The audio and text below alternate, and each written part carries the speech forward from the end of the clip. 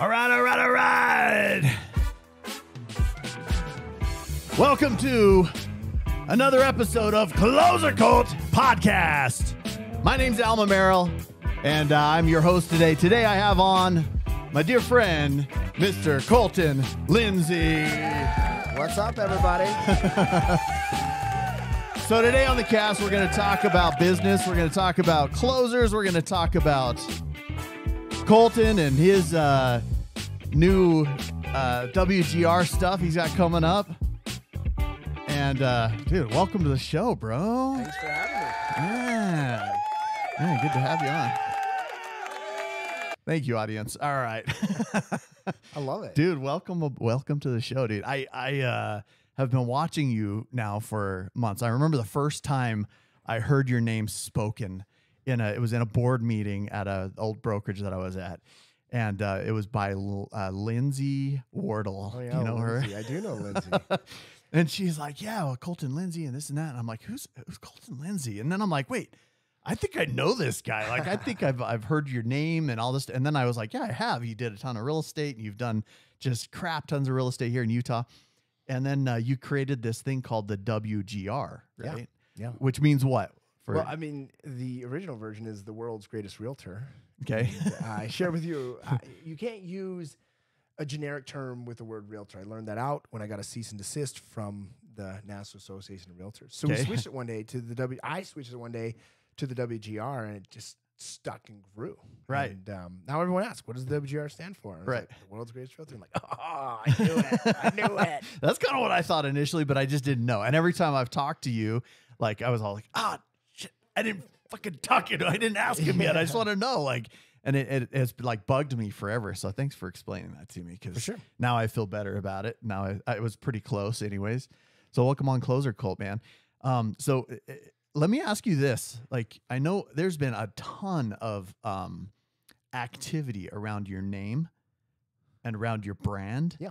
And you have like disrupted, like you've been a massive disruptor of our industry recently.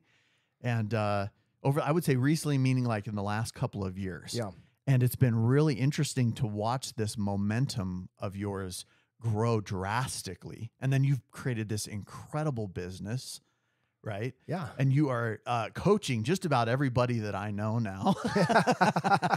And it's like, and I've heard your name all over the place. It was funny because I just kind of have subscribed to your organization now. Yeah. And the reason I did it is because, well, we all need coaches, right? All the coaches need coaches too.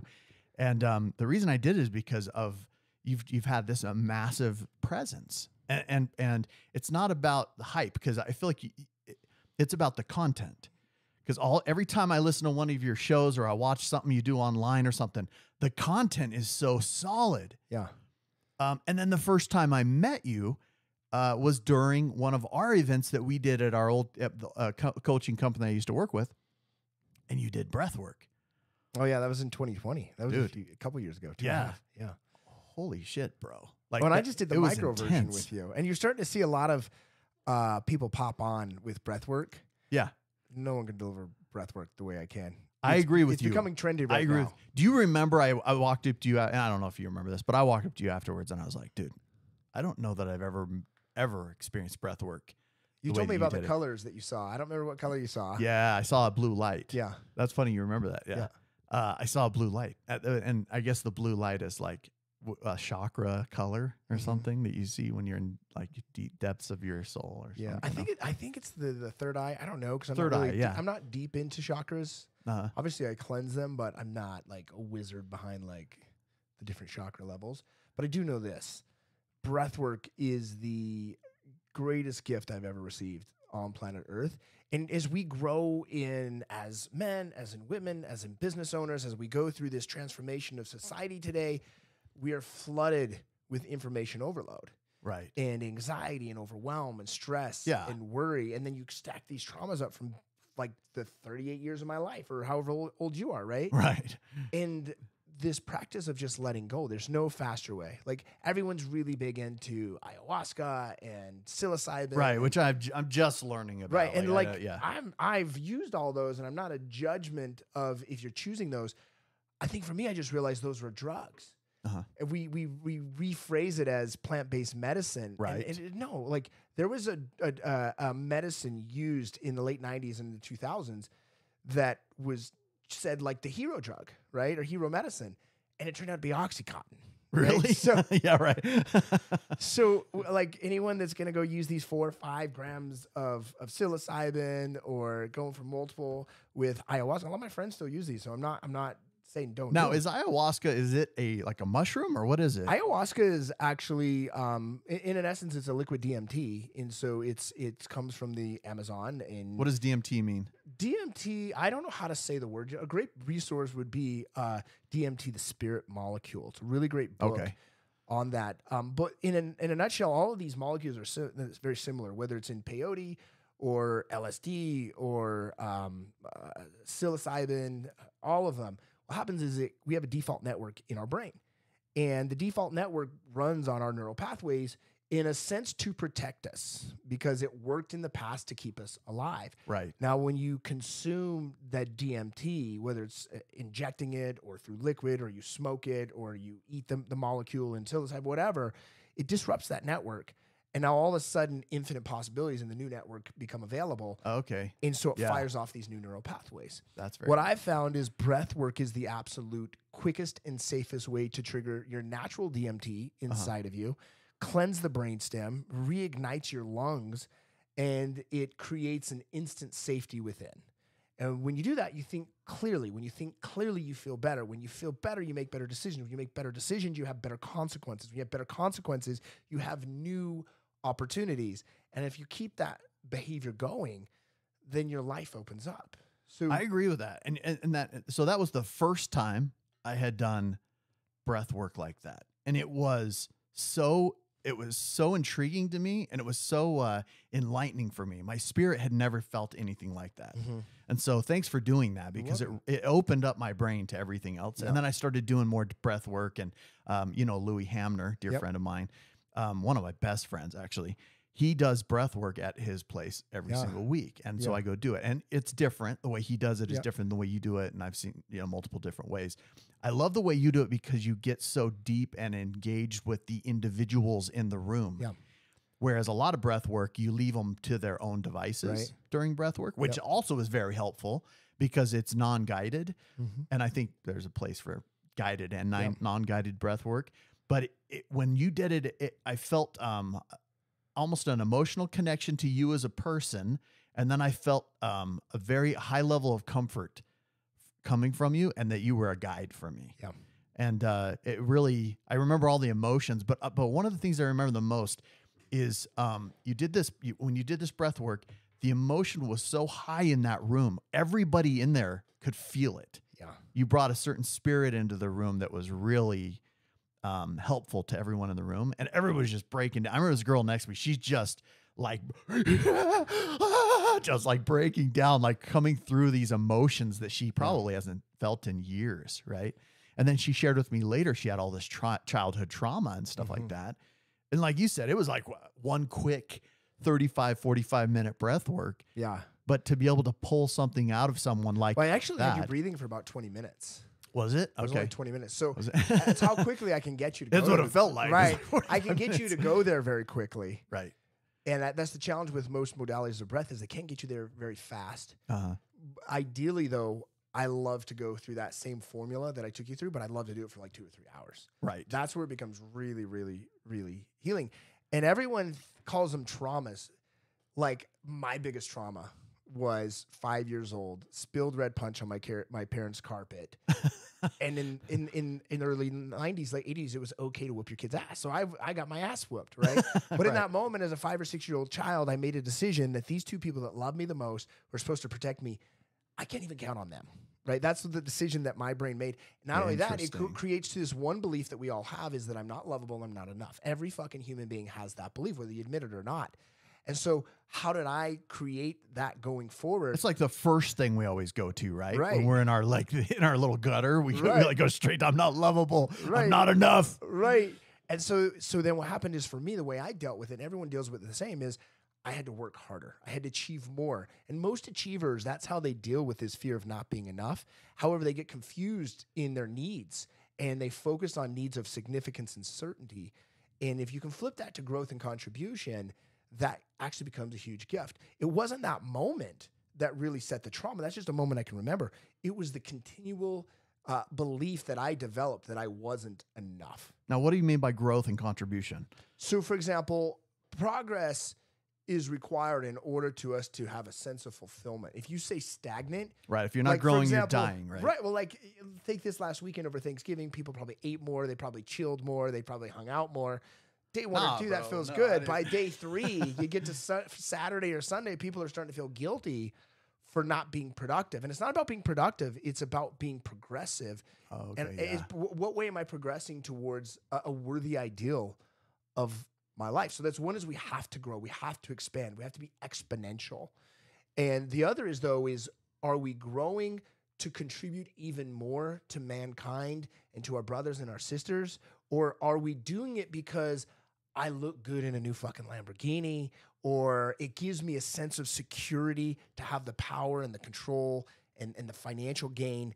And right now you're seeing a great divide amongst society. Right. Is many people are waking up to the unfulfillment of significance and certainty. And they're trying to control all the external circumstances. That's why breathwork, it forces you in.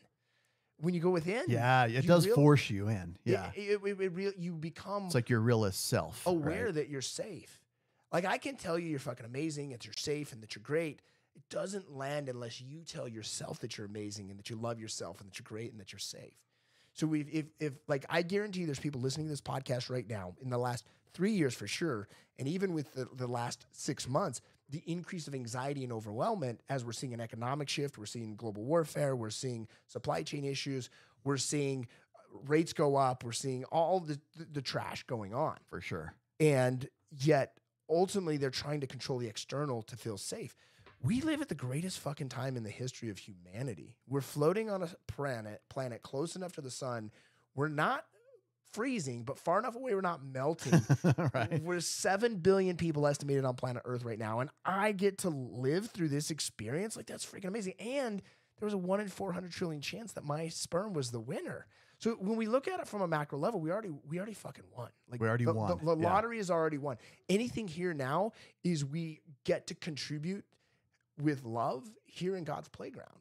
And when we can look at that and realize that it's not my ability to grow just financially, it's my ability to grow to serve other human beings, to wake that soul up and remind them that they're beautiful and that they're loved and that they're creative and that they deserve happiness.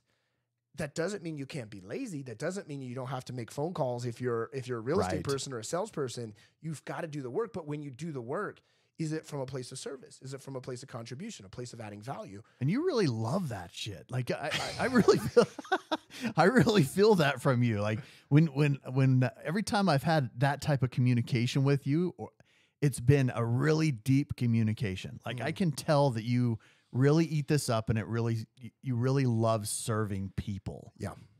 I mean, well, even our text messages and stuff. Our lives are not that challenging in the overall scheme of things. Like if you woke up in America today, your life is better than 98% of the rest of humanity. Right. Like everyone's worried about the dollar collapsing and the U.S. economy collapsing. And dude, I don't fucking care how bad it gets here in the U.S. It's already worse in other countries. Like it would have to be a catastrophic event, a human ending event for it to get worse for us. We're already living like the best existence possible at the lowest spectrum of where we began, right? So let's say we go back 20, 30 years. Okay, we're living like it's 1980. Right. Whoop-de-dick in the overall scheme of life. That's like true, dude. You're existing. Like what if the internet goes away? You know, what if our electronic money system goes away? You know, like we're still living in an environment that is so And the reality fantastic. is that the electronics are not going away. Right. Right. Like it's funny. I was at the happiness retreat with Tony and Sage in Mexico back in October, I think. Yeah, because you're part of his platinum partnership, right? Yeah. So when we were there, it was funny. There was this lady that was going up, and she was kind of like hippie, and she was really cool and really nice gal, but she was super adamant about being anti-technology, physical development of like electronics. She says she just feels better around natural things. And so Tony asked her, well, point out in the room what you're attracted to that's natural in here. And she points to these plants that Tony has plants on stage, in front of the stage. And he's like, oh, those you feel more naturally attracted to than the lights up there, right? And she's like, yeah. And he asked why. And she said, because they're natural. And his response was, they're made of fucking plastic. Right. Right? Like, the reality is everything comes from a source. I don't care if it's this microphone or this MacBook or this T-shirt or the food that I eat. It all came from the earth on some level. It's all coming from, and the earth came from where? Yeah, this shit wasn't sent into us from another planet. This all came from here. Yeah. Right. And so when we look at the future of real estate in general or humanity, the speed of information is going to increase. And if we have the inability to actually let go of information, like we have to develop this skill even deeper, let go of information. And if you look at Napoleon's book, Think and Grow Rich, everyone thinks the secret is just to think and to grow rich. I actually don't think that's the main secret. That's part of it. But the main part of it is when he went to, where was it? To Canton, Ohio. He borrowed $50 from his brother-in-law. And his brother's like, I'll give you more. And he's like, no, this is what the hunch tells me to do is $50. And he gets to Canton and he gets the hotel room that uses pretty much all of his $50. And he says, but I follow the hunch. Right. We have to have this ability to follow the hunch. We can analyze the shit out of all the data. We've got more data than ever before. But at some point, we have to make the decision, and the decision comes from within. So it may not be the think, it may not be the rich. It maybe is more the grow in the middle. Well, I think it's the hunch. Okay. Because are you growing? Yeah. Yeah, you're growing. Yeah. The problem is people... I'm getting old, bro. I'm getting some grays. If we look at thinking is a huge part of it. Like I do multiple think times per week where I just, in my journal, a pen and a paper for 90 minutes, asking myself great questions, quality questions. We have to create that space, but ultimately, if I answer all those questions on my piece of paper, I still have to make a fucking decision. Right. And how do I know if that decision's right or wrong? We have to trust our hunch. The ability to trust your hunch right now is the greatest. So what's your hunch? What is the hunch? The hunch comes from your soul, comes from your heart. That's why you can remember who the fuck you are through breath work. That's why breath work is so important. When you went there during that moment, it was one of the first times in a long time you felt trust and release and freedom and fuck, everything's okay. I just got to do this. May have been the first time that I had experienced up until that point get as clean as my brain was as when I was a child. Yes. Think about when you're a child. It's so easy just to trust yourself to go do things. It's probably about the ages of 6 to 8 where the child starts to get tarnished for most families, that they start to have the belief that they're not enough. Wow. And it typically happens from the parents passing it on to their child in a sense of how they parent them, right? Like my parents were very authoritarian in their parenting. That's how it was in that generation with the Gen Xers to the early millennials. My generation, we're seeing this, and this is why whooping your ass was not a big deal. This is why it's created a really kind of weird Generation Z, which is our children for the most part, is our generation has become very permissive. I've become a very permissive dad. And really the idea is to be authoritative, somewhere where you're through the point in a compassionate way. Right. And we've become so permissive in the millennial generation and the younger Gen Xers for our children. It's created the society where the number one sought after occupation for teenagers today is to be an influencer. Where if you look in China, the number one sought after occupation is to be a fucking astronaut. Right. And who's going to really expand to the beyond? Someone becomes an influencer on TikTok or someone that becomes an astronaut. And but I just heard this the other day. I think it was Joe Rogan. He was talking about how TikTok's so different in Japan than it is in America. China, it's different in China, yeah. Right? And how they only allow people, like, it's all educational. Like 14 years and younger can only watch educational things on TikTok. And then you can only watch it for like 45 minutes a day. Yep, you have a limit on it. Yeah. Because they know it'll fry your effing brain, right? Yep. Yeah. That is so fascinating. I mean, but technology has some cool shit though too. Like my 7-year-old daughter, she likes to watch these YouTube videos that are how to draw. Right. Like, so it'll show her how to draw different That's things. what my daughter does too. And she'll just, so there, technology is not an enemy. Guns are not an enemy. Right. Information overload is, if we want to consider an enemy, it's information overload. And so you go back to Think and Grow Rich in breath work. when you let it go and you go to that space of nothingness, like Right. that's what you experienced that first time and probably after that as well. Going to the place of nothingness is where everything exists. And the decisions actually become very simple to make. It's because you're not making them with your brain, you're making them with your soul. If you think about, what did you have for lunch 2 weeks ago? Right. I have no clue. Yeah. Right. So, and I think are you 42, 45? I can't remember how old you are. 43. 43. Yeah. So why would you remember what happened 44 years ago? Right. You can't remember what you had for lunch last Wednesday, but you expect to remember 44 years ago. It doesn't mean it didn't exist. And it doesn't mean that the future wasn't existent. When we look at quantum science, I'm not a scientist, but I truly believe the past, the present, and the future are happening simultaneously. And just what are we giving attention to? Right. That is fascinating, dude. That makes perfect sense to me. And that actually makes a lot more sense when you start to go through your growth processes. Mm-hmm. Like you start to see what you're capable of. Mm-hmm. You're already capable of it. You know? It's already within you. Well, there's something interesting. Like you're 43, I'm 38.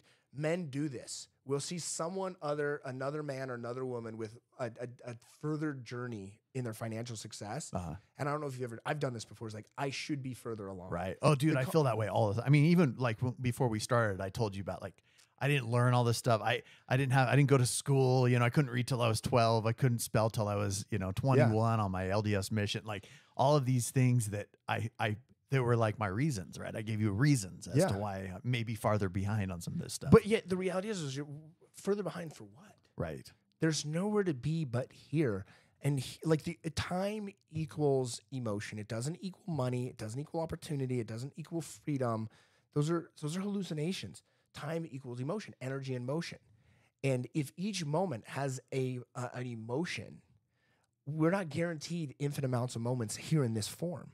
That doesn't mean we're not guaranteed an infinite amount of moments. It just isn't guaranteed in this physical form. Right. Jimmy Rex, I had him on the podcast the other day. He's a dear friend of mine too. You remember, Jimmy Rex, right? Mm-hmm. And he said, I just want to live this life the best way I know how, because he said, I may live another life, but it's not going to be like this one. And so every moment that I have, it needs to be enjoyable for me, Yeah. Yeah. Well, and not only enjoyable for me, is it what causes me to feel enjoy. Like if you look at enjoy, it's enjoy, like it's being in joy. In it. What allows us to be in joy is when love is shared with other people. And how do you share love with other people? You serve them. You can, and serving people doesn't even have to be that like big scheme. It could be literally just checking in on someone. Like when we look at a real estate agent, is you have to reach out to your SOI. Instead of constantly reaching out, begging for something, constantly just reach out and say, hey, what's going on? How are you? Yeah. Hey, I just wanted to reach out and let you know, I hope you're doing well. I've received a lot of that from you lately, by the way, and I appreciate it because it's been an interesting transition for me. I just left the Century 21 brand, went to the ReaL network, and it's just been a weird change for me because I was at the other place almost 20 years. And so that transition has been hard. So I appreciate your I think you're welcome. I think if you can do that for what's worked for me without an expectation of anything in return, like financially support, it doesn't matter. The idea, don't give back, just give. Right. Like if you're in an intimate relationship with a man or a woman and you know that their love language is acts of service, so you want to make the bed for them. You make the bed for them to make the fucking bed for them. Right. Not so that they'll say something about it or appreciate you. Or not so that you'll get some tail afterwards. Right. It has nothing to do with that. It's so that they feel loved. Right. And if we can learn how to just make sure that people feel enough and feel loved in just a way that it ignites a self-belief that, yes, I'm okay. Yes, I'm safe. Yes, I can create more. Yes, I'm here to serve. Then people spiral off and they go serve other people. Isn't that being selfish, though? I mean, because you get so much out of it when you give somebody that type of love. Well, I mean, we're in the best possible way. When you look at the energy and motion, it's about enjoy. Right. Right. And when you look at the hierarchy of emotions, peace and joy are the highest vibration energies that and when you do that, that's what just brings opportunity to you. And then you just make decisions and act on the opportunities. And tell me about how this is integrated into your business life, because it is inseparable, isn't it? Oh, it is. Well, I look at business as one of my 8 realms of human life value. It is not separate of my personal life. I have one life. Business happens to be one piece of 8 that construct my life. And so it boils down to standards. You legitimately have 8 separate realms that Yeah, 8 separate realms of my human life value. Will you text me those? Yeah, I'll send you a Wheel of Life, the one that I use for those, for sure. And when I look at those realms, there's what we have is called toward values and away values. Toward values drive us to the direction that the entity is going. And away values drive us away from the way we're moving away from. So overall, my life, it drives based on health and vitality, wonder, awe, and amazement, intelligence, fun and appreciation. Like it drives towards these, and I have them so well defined. But business has to be a similar entity that's driven. So like if I look at the 5 driving factors of my company, it's positive mental attitude, it's make shit happen, it's contribute, it's have fun, and it's build wealth. Because that's what drives the entity of business forward. And there's 2 human needs that drive all of what I do: growth and contribution. So if a motherfucker isn't willing to grow and contribute, he's not going to work, or that individual is not going to work well in my world. Right. And so I can then choose to hold the standard, tolerate it or not tolerate it. And you can peg those individuals really quick. You can peg it based on both a skill set of drawing out of them authenticity, their authentic answers, and you can peg it based on knowing, well, here's the context. Like you said, my content like really sits with you. The reality is my content is nothing different than you've ever heard before. It's the context of which I structure it. It's the most universal is really what happens, right? Yeah. I heard a quote the other day at an event. I went to an Evolution Project event, and they said the thing that is that which is most sacred is most universal, right? So it's like when you get the deepest conversations with people, or you have these emotional connections with somebody, it's because it's the most universal. Like we're freaking humans, right? This is normal stuff, right? It is. The Hindus taught it, the Christians taught it, right? The Muslims teach it, the Buddhists teach it, the Jewish teach it, like.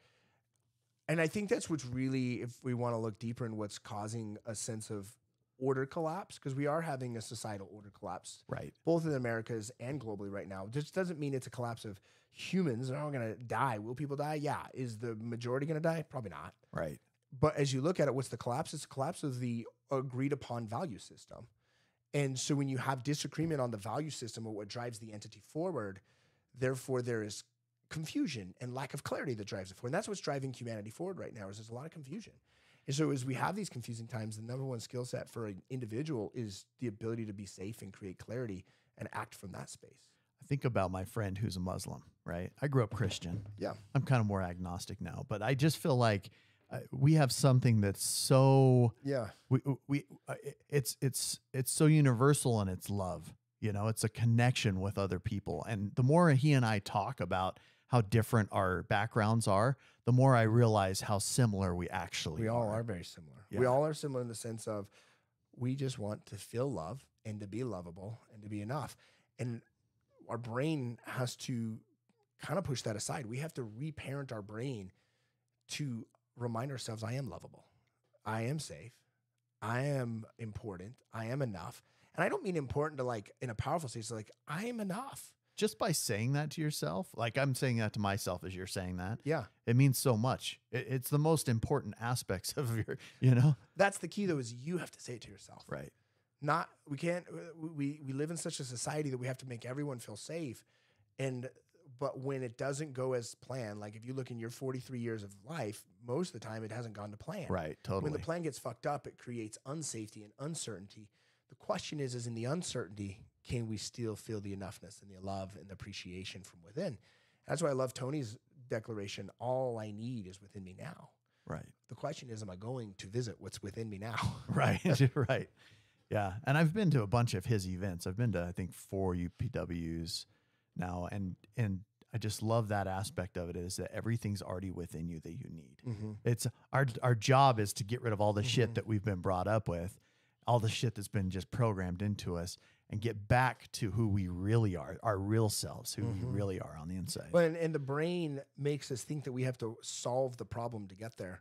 And the reality is we just have to let it go. Right. Yeah. It's that simple. Like it's literally just hand on your heart, breathe in, I let it go. Now, you might have to practice that a little bit longer. I've been practicing it for 18 years now. So, but as the practice creates that permanence in the impermanent experience of existence. You have a call at 11. How are 11, we looking? I text him, so we're good. I've got a few more minutes. Okay, cool. Yep. So just before we go, I really want to get into a little bit more, and thank you for going that much deeper into that aspect of your. So when you ask life. what this has to do with my business, it Yes. has everything to do with the business because 80% is psychological and emotional. There's 3 steps to modern leadership today, which is the IQ. We got to make sure we're not stupid. We got to make sure we're not working with stupid people. Yeah, Just they don't teach this shit in school. That's why I'm. Yeah. The second thing is the EQ, is the emotional quotient. And there's 2 parts of your EQ, which is one is be emotionally aware. Where am I at emotionally? Am I full of joy, anxiety, overwhelm, irritation, excitement, peace, enthusiasm, shame? And it doesn't matter where you're at. Am I aware of where I'm at? Because you cannot know joy without knowing shame. You've got to know the sun and the darkness. That's the dichotomy of existence. And it's okay to acknowledge when you're in certain places. It's okay to be there. It's safe to be. It's safe to feel anxiety. Like you are okay if you feel anxiety. There's nothing fucking wrong with you. We always think that stop trying to medicate it. Right. Acknowledge that it's okay to be a part of your life. Exactly. Now, the second part of the emotional quotient is our ability to feel better. Like feel good now and always feel better. Can I go from anger to overwhelmed? Can I go from overwhelmed to bored? Can I go from bored to content, from content to hopeful, from hopeful to optimistic, from optimistic to enthusiastic, from enthusiastic to peaceful, from peaceful to joy? Can I move up the ladder? Right. That's the skill that's really got to be developed today. That's 80% of it. And then the third is our change quotient. When we look at the third part of modern leadership today is, are we adaptable? Am I level 10 coachable? Am I willing to change and adjust at a faster speed this decade than I was last decade? What is level 10 coachable to you? What do you mean by that? Level 10 is a willingness to ask for feedback, willing to act on the feedback, willing to say, what else can I do? And be okay with it. Correct. Like the 3 most dangerous words in the English language are, I know that. And even though someone doesn't speak it like with real language, they speak it with their body language or their tonality or their and it's because they're closed off in the default network we talked about earlier in the conversation. So if we can develop a new network that says, I'm ready to adapt when it makes sense, which it often does. Like today, like think about this, how real estate transaction is done. I can do it all right here in an app on my phone, everything through real estate, right? Whereas I go back to 2012, I had to use a scanner still. Right. Like, you know what I'm saying? And a fax machine. Right. And so the speed of which we must shift and adjust is faster today than ever before. And you look at the 8 realms of business, the third realm is the ability to innovate and anticipate. Where are we going? So if you look at the future of the real estate industry, the modern, the old real estate brokerages, their models are dying. Right. Like you look at the Century 21s, the Coldwell Bankers, the Realogy, the Remax. You look at all those brands, they've done wonders to get where they're at, but they've been pushed into a space where they must innovate or go to the nursing home. One of the top brokers that I don't know if my camera was on you during that little speech right there. One of the top brokers that I know was talking about how the brokerage model, as it's been for decades, is broken. The brokerage model is broken. And he's like, dude, if I could get out, I won't name any names, I could get out of this, I would get out of this and do something like what like an EXP or a ReaL or something like that is doing. Well, and I think it's even deeper than that because the future of real estate, it's not a place, it's a network. And then if I can create my network, you look at the 3 quickest ways that you can monetize is other people's money, right? Other people, and other people's networks. Right. So you start to go to this space of collaboration with inside of your networks, and money just comes out of thin air when you go to that space of growth and contribution into that network. Literally, it becomes an infinite flow of cash flow into your reality.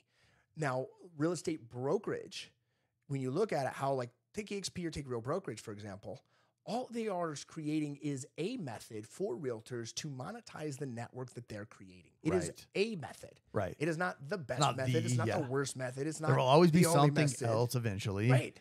Like, especially if you look at, if you have a great network, you can, like one of the ways that I monetize is people constantly want to create brand deals with me. I do about 125 grand a year in revenue just off of people buying an exclusive space to speak to my audience. Whether So, they like whether them- they sell anything or not. Them being brand deals, meaning they're interjecting their brand into your Correct. audience. And now I don't just do that with anyone. Right. It's brands that I use in my own freedom, in my own financial. You have to believe in them, right? But they pay me money to be able to come and be in front of my audience. So that's one way that you can create residual revenue when you look at it's about building a network. And when you create a valuable network, people will want to leverage your network. And if they are going to leverage your network, then you have the ability to leverage their network as well. Right. Like I do that. One of my favorites that I do that with is Spring Benson. Yeah. She's a client of mine. She's just a met her business the other partner night of mine. at She's a friend of mine. She's extraordinary at what she does. And both of us monetize our networks. A bunch of women from my network just attended her Ignite event. A bunch of people from her network are now in my mastermind or a part of my events, my coaching, right? So like if you take Mike Ferry organization, which is the godfather of real estate coaching and training, right. It's very combative. It's very competitive. And if you look at how Mike has structured his career, which worked well in the 70s, 80s, and 90s, is sue the fuck out of everyone if they don't fall in line. Right. But if you look at today, it's the collaboration that works. Right. It's like, I want to be working with other people that are growing networks that are adding value to society, that align with me and my values. Because it's the value is in other people, other people's networks, and other people's money. Dude, collaboration is the way to go. Yep. This is the way that growth is going to happen because it's our way now in technology to be shoulder to shoulder, belly to belly, right? 100%. Because we can get so distracted by this stuff. Right, but I can post a story today on my Instagram, and 6 hours later I can swipe up and have 400 people that have seen that story. Right. And I can scroll down and I can start to see some faces that have been noticed and following me a little bit, and I can drop 30 DMs, say, hey, thanks for watching my story. What's going on in your world? Right. Now all of a sudden, that's no different than knocking 30 doors. Right. That's no different than making 30 phone calls. We have to update the way we do meaningful conversations today. Now all of a sudden they respond back, with whatever and say, hey, what are you working on that you're excited about? And my next move, once I get them bantering, is moving. I do that through a voice note because they've responded once. I now voice note them or I video them. Right. And then I say, hey, why don't we do this? Let's hop on a 15-minute Zoom meeting. Let's just network. Let's just see what's going on. Right. Let's just see what you're working on. See where you're at. Yeah. And then I do that with enough people. Then they want to work with my company. They want to partner with me in some way, or they want to mentor with me. I'll be candid, man. The very first conversation I ever had in the organization I just came from was from a guy his name's John Rhodes. I don't know if you've ever met Rhodey. But Rhodey was the one who recruited me to the organization I was at. One of the reasons I stayed there so long was because he had such an intent about him on our first conversation. I mean, he cared so much about my life, what my goals were, where I was headed, what I was intentional about. His question asking skills were Jedi-like. And I still remember that conversation. And I'm like, dude, I don't care about what anybody else has to offer. I know what this guy wants for me in this life. He wants my success. Yeah. And that meant everything to me. When I look at it as I want people's success and happiness. Right. There's the science of fulfillment, the science of success or achievement, and there's the art of fulfillment. Okay. And we live in a world today, especially in real estate, but all small business, where the science of achievement is the easy part. And the science of achievement is not what's going to make you happy. It doesn't bring us happiness. Because you're going to always have a new fucking problem to solve. Right. Right. But just plan on some fucking problems being there and being excited about the next problem. Just plan on the plan getting fucked up. Right. Right. Yeah. 75% of the time, I am wrong. I make the wrong decision. But when I'm right on the 25%, I fucking win big. And when I live my life that way, I know I'm taken care of financially, spiritually, mentally. That doesn't mean I don't ever feel fear or overwhelmed. Right. But now instead of trying to avoid that or bury that, I dance with that motherfucker. Can you have joy during those moments? Yeah. Right? Can I have beauty? Can I have bliss? Can I have calm? Because it's about being the eye of the storm, calm and present, regardless of what's going on around me, comfortable with chaos, ambiguity, and the unknown. Because that's why I love what the Chinese children are seeking after being astronauts. They want to be comfortable in the unfucking known, while we want to raise a society of people that want to dance and shake their ass on TikTok. Dude, it's so true. Now all of a sudden we're looking to leadership from fucking Charlie D'Amelio or whatever her name is, which kudos to her for her success. But an 18-year-old child is not ready to lead our society. Right. It's the generation of those that are between 40 and 60 right now that are leading our society. Right. It's those from 20 to 40 that are developing to become the leaders of our society. And we have to look at within and see who is ready to lead now. And your skill set has got to be to develop that leadership in modern times. What's the most important aspect of business right now? Is it? It's your psychological and emotional state. It always has been, because anything could happen. Like today, I had a new sales director we hired a few months ago, who's doing extraordinary with our company, sent me a message on Slack and he quit today, right? So that automatically starts to trigger fear in the default network. What does it do? Oh shit, I wasn't enough for him. Right. So then I have to manage my psychological and emotional state in that moment and say, oh, what's the gift in this? There's actually an opportunity here. And when you can look at every little time that your plan doesn't go exact, which is most of the time when your plan gets fucked up, right, and say, hey, this is for me. This is the gift. What is the gift? I don't see it right now. What is the opportunity? What is the opening? Let me just breathe right now and feel safe. Let me just feel safe. Who's gonna come into his place and make it a little bit better? Or that's how the universe works. When one person leaves, the universe sucks in a new and even better opportunity, because the value is in people. The value is not in technology. The value is not in potential people. The value is not even people's potential. Right. The value is in people that are in a space to grow and to contribute. Right. And to love. To feel that enjoyment. I do got to get rocking and rolling though. Yeah, dude. So thank you so much, bro. Where can people find you at? The best is Instagram, the WGR. THEWGR. The WGR. The WGR. Colton, Lindsay, guys, thank you for listening to another episode of Clozer Cult podcast. Join us on YouTube, Instagram, Facebook, and share with your friends if you like what you heard here. Colton, Lindsay, thank you again, my friend. I appreciate all your time today, and thanks